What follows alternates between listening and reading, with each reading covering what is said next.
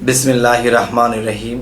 হে সমস্ত জগতবাসী, আজ আমি শামীম আলী চিশতি আপনাদের সামনে যে আলোচনাটি নিয়ে হাজির হলাম, সেই আলোচনাটি অবশ্যই খেয়াল করে শুনবেন, মন দিয়ে শুনবেন।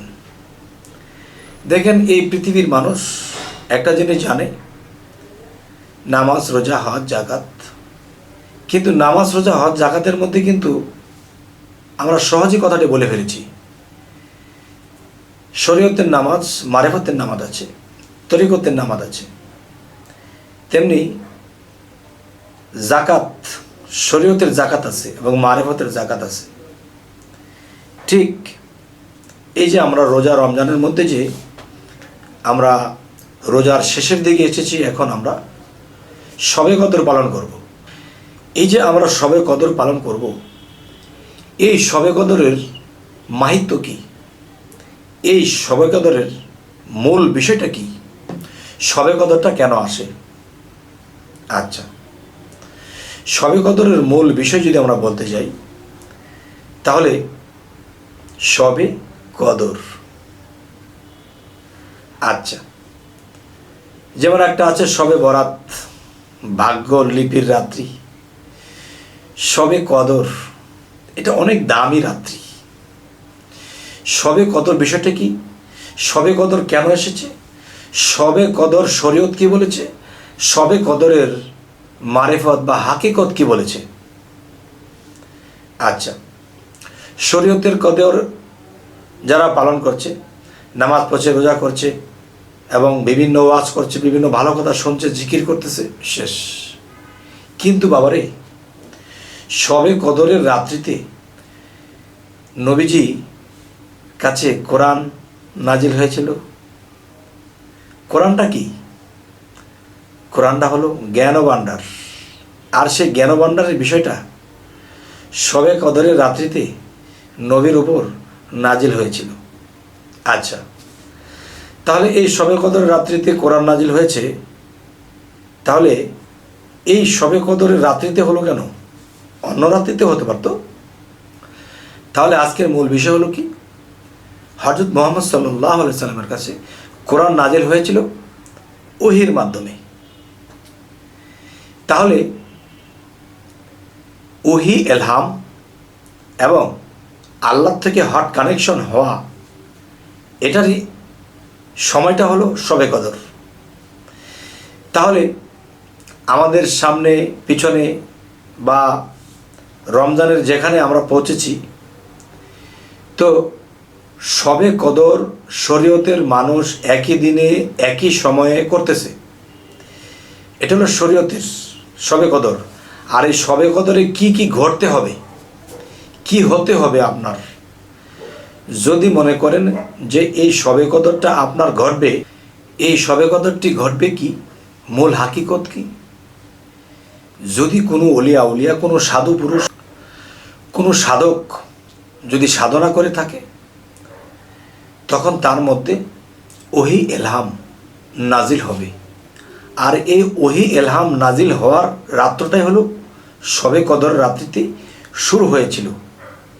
আচ্ছা, তাহলে শরীয়তের যেই শবে কদর করা হয়, নবীজির কাছে ওহী ইলহাম এসেছিল, সেই রাত্রটি শরীয়ত পালন করে। মারিফত ও হাকিকতের দেশে যদি যাই, এই শবে কদর কার জীবনে কখন আসে সে বলতে পারবে না, যদি আল্লাহ না জানায়।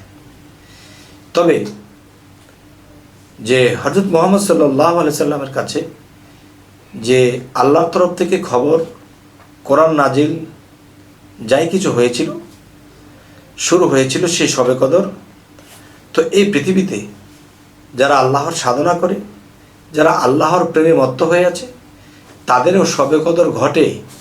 সেটি কিন্তু নবীজির যেই দিনে হয়েছিল সেই দিন যে হতে হবে, সেই দিন যে হতে হবে সেটা নয়, যে কোনো সময়, যে কোনো দিনে হতে পারে।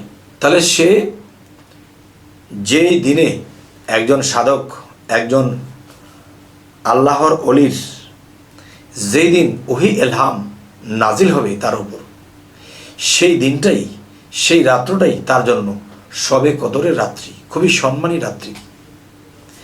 তাহলে শরীয়ত হযরত মুহাম্মদ সাল্লাল্লাহু আলাইহি সাল্লাম এটা পালন করতেছে। আর হাকিকত, তরিকত, মারেফত এটা হলো কি? এটা হলো নিজের শবে কদর, যে যেই দিন ওলি আউলিয়ার কাছে আল্লাহর তরফ থেকে খবর আসতে শুরু করবে, সেই দিনটাই তার জন্য শবে কদরের রাত্রি, পবিত্র রাত্রি, সম্মানী রাত্রি।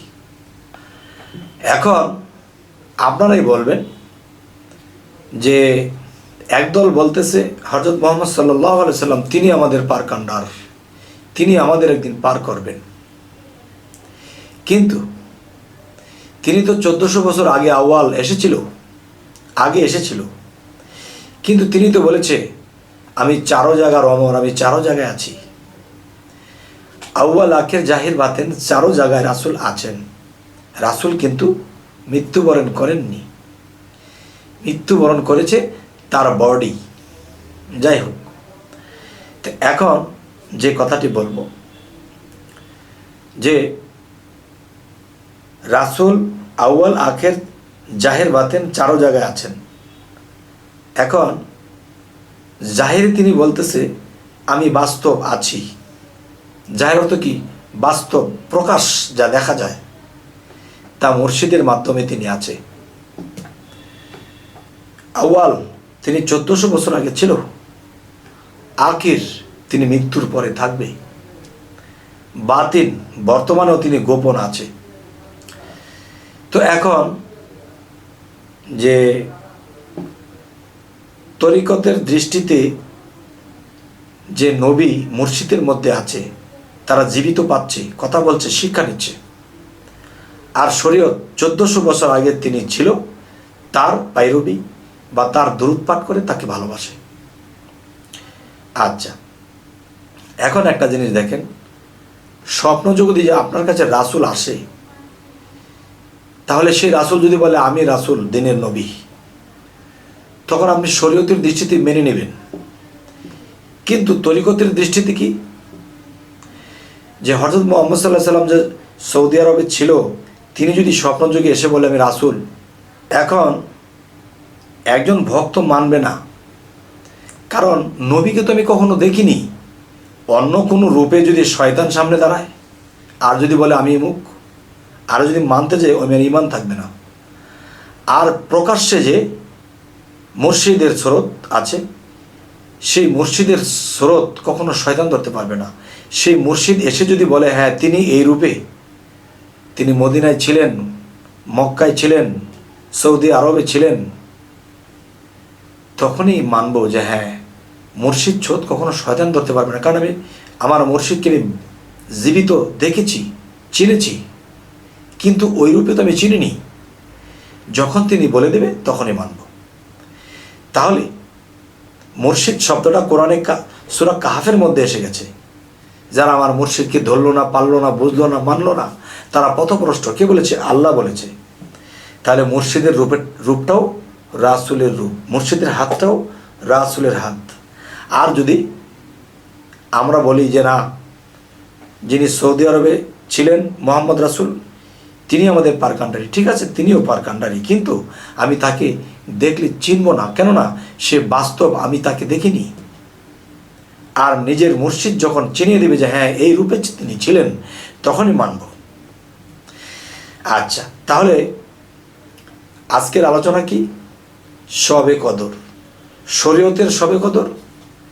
সেই নবীজির 1400 বছর আগে, 1450 বছর আগে তিনি হয়েছিল শবে কদর, সেটা তারা মানতেছে। আর সাধু, অলি, আউলিয়া যারা, তারা তার নিজের শবে কদর, যে নিজের মধ্যে আল্লাহ মিশ্রিত হয়েছে, এই আল্লাহ যেদিন আমাকে সাক্ষাৎ দেবে, আমাকে শিক্ষা দেবে এবং আল্লাহর তরফ থেকে খবরাখবর পাইতে শুরু করবে, তখনই সেই একজন আল্লাহর অলির শবে কদর হলো।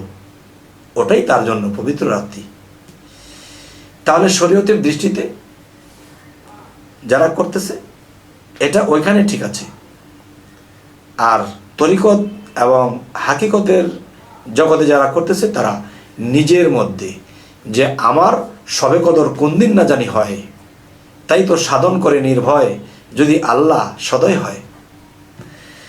যাই হোক, এই সমস্ত জগতবাসী, আমাদের এই চ্যানেলের আলোচনা যদি আপনাদের ভালো লাগে তো অবশ্যই সাবস্ক্রাইব করে নেবেন, পরবর্তীতে যেন ভালো আলোচনা এনে দিতে পারি। তো সকলেই ভালো থাকবেন। আল্লাহ হাফিজ।